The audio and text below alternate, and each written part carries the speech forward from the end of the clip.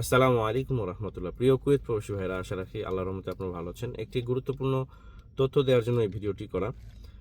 দেখুন, কুয়েতে কানুন রয়েছে যে ট্যাক্সি আকামা ছাড়া বা পারমিশন ছাড়া আপনি প্যাসেঞ্জার তুলতে পারবেন না। এটা অনেক আগ থেকেই আছে, তারপরও নতুন করে তারা এখন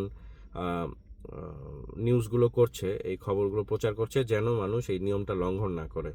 তো তারা বলছে যদি পারমিশন না থাকে, মানে আপনার ট্যাক্সি আকামা না থাকে এবং তারপর আপনি যদি প্যাসেঞ্জার গাড়িতে উঠান, তাহলে কিন্তু আপনাকে 150 দিনের ফাইন দেওয়া হবে, ঠিক আছে? এবং এইটা যদি কোর্ট পর্যন্ত যায় তাহলে আপনাকে 600 থেকে 1000 দিনার পর্যন্ত ফাইন দেওয়া হইতে পারে, ঠিক আছে? সেটা কিন্তু একটা বড় পেনাল্টি। আমি মনে করি 1000 দিনার, 600 থেকে 1000 দিন, এটা বিশাল। তো এত বড় রিস্ক নেওয়া উচিত হবে না। আমরা যারা আমাদের মেইন কাজের পাশাপাশি এরকম প্যাসেঞ্জার নেওয়ার ভাড়াগুলো নেই, তারা আমাদের উচিত একটু সাবধান হওয়া, ঠিক আছে? তো আমি জাস্ট এই তথ্যটাই আপনাদের সাথে শেয়ার করতে চাচ্ছিলাম। তো ভিডিওটা শেয়ার করে সবাইকে জানিয়ে দিবেন। ধন্যবাদ। ভালো থাকুন, সুস্থ থাকুন। আল্লাহ হাফেজ।